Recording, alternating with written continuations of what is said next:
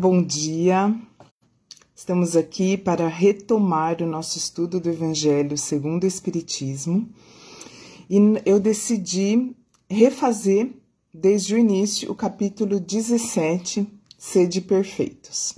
Então vamos começar fazendo uma prece, agradecendo a Deus por mais uma oportunidade, mais um dia de vida, que no dia de hoje nós possamos lembrar de tudo de bom que temos em nossas vidas, que nós possamos ser gratos em todos os momentos. Pedimos, Pai, a sua orientação e sua inspiração para que possamos entender perfeitamente as palavras de Jesus e elas se façam aplicáveis em nossas vidas. Que assim seja. Então vamos lá.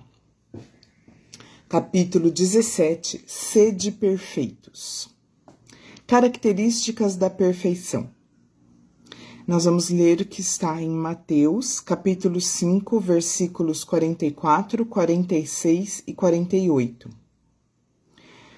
Amai aos vossos inimigos, fazei o bem àqueles que vos odeiam, e orai por aqueles que vos perseguem e vos caluniam. Pois, se amais apenas aqueles que vos amam, que recompensa tereis? Os publicanos também não fazem isso? E se apenas saudardes vossos irmãos, o que fazeis mais que os outros? Os pagãos não fazem o mesmo? Sede, pois, perfeitos, como o vosso Pai Celestial é perfeito. Bom, então vamos nos ater aqui a essa fala de Jesus. Primeiro, já começa aqui na primeira frase, né? Amai os vossos inimigos. Só isso aqui já daria para ficar um dia inteiro falando, né? Mas aí, vamos pegar a essência disso. Amai aos vossos inimigos. Bom, em primeiro lugar, a palavra inimigo, ela significa, nesse contexto aqui, ela significa todas as pessoas que não são amigos. E o que são amigos?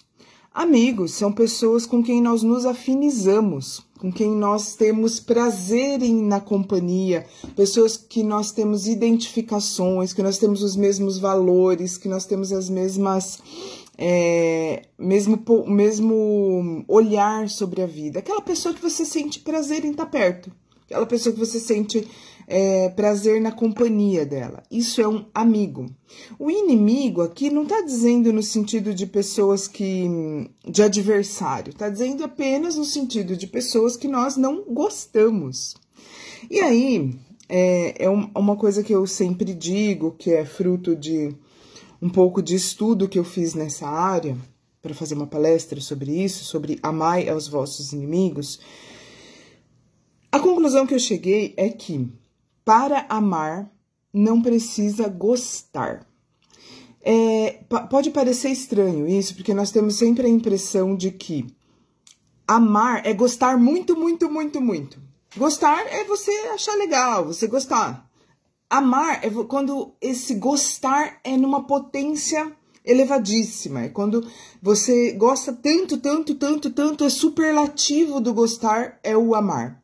Porém, não é a mesma coisa. Porém, gostar não é amar e amar não é gostar muito.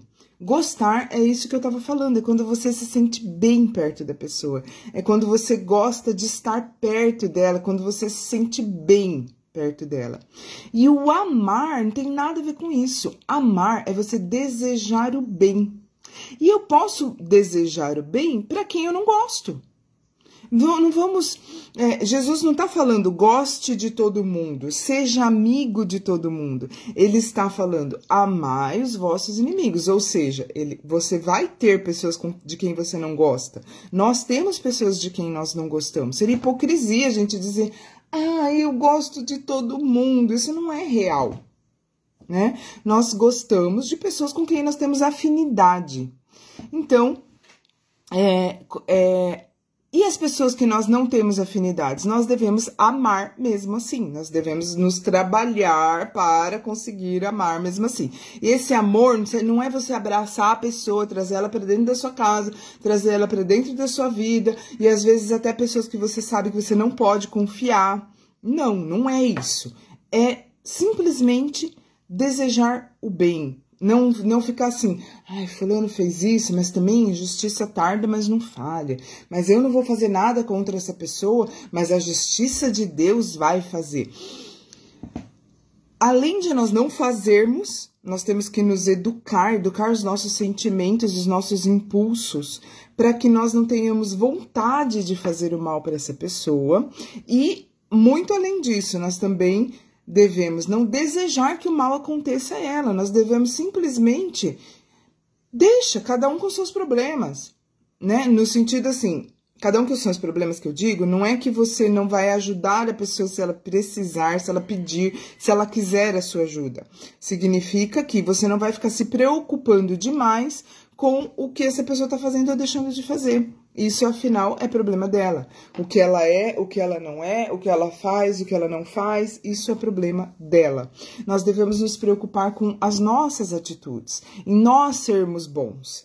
Então, eu acho muito interessante essa visão de que para amar não precisa gostar. E aí, essa única frase, amai aos vossos inimigos, já é suficiente para a gente ter reflexões bem profundas. E aí, continuando aqui o que diz em Mateus capítulo 5, fazei o bem àqueles que vos odeiam. Então, assim, o fato de a pessoa não ser boa, ou de a pessoa me odiar, ou de existir um atrito entre nós, ou de existir uma antipatia entre nós, não significa que está liberado ser ruim com ela. Não, a gente deve desejar o bem e fazer o bem, se possível. Se houver oportunidade. Aproveitar todas as oportunidades que nós temos de fazer o bem. Então, fazei o bem àqueles que vos odeiam e orai por aqueles que vos perseguem e vos caluniam. Nós vivemos isso, né, gente? Nós vivemos situações em que nós somos caluniados, perseguidos. Porém, nós já tivemos um mestre que veio para esse mundo e nos ensinou tudo o que nós precisamos saber. Aquilo que nós ainda não entendemos da mensagem dele é aquilo que a gente acha que não existiu na mensagem dele. Mas a mensagem dele é completa. Jesus foi caluniado. Jesus foi perseguido. Jesus foi odiado. Então, se nós achamos que não temos um exemplo a ser seguido, nós temos. Jesus é o caminho, a verdade e a vida. E nele nós podemos encontrar todos os exemplos para aquilo que nós precisamos ser e fazer. E aí, o mais interessante de tudo é que os discípulos eram pessoas comuns, pessoas que tinham muitos defeitos. Jesus era perfeito, Jesus é perfeito. Mas os discípulos que ele escolheu são pessoas que têm os mesmos defeitos que nós temos. Para quê? Para mostrar pra gente que se Pedro, se Mateus, se André, se João conseguiram, nós também conseguimos. Foi nesse sentido, foi com esse objetivo que a passagem maravilhosa de Jesus pelo planeta fez essas escolhas desses discípulos.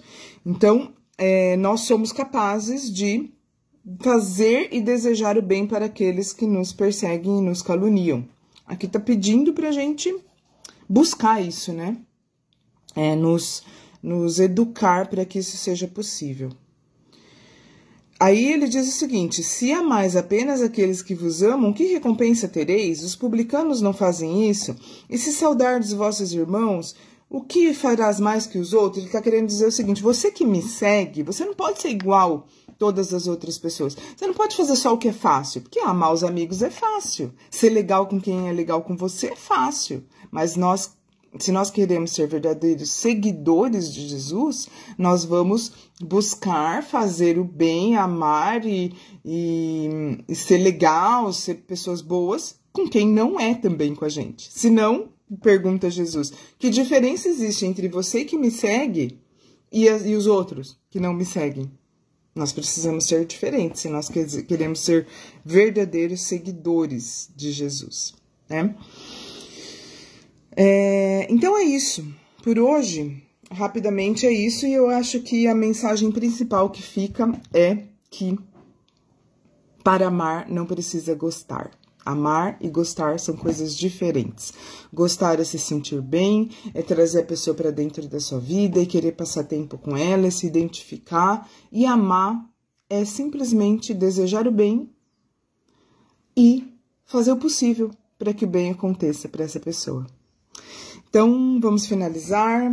Amanhã a gente volta com a continuação desse capítulo 17, Sede Perfeitos, Características da Perfeição, do Evangelho segundo o Espiritismo. Então, vamos agradecer pela oportunidade de ter acesso aos ensinamentos de Jesus e pedir que nosso dia seja inspirado e abençoado pelos ensinamentos dele. Que assim seja. Um beijo e até amanhã.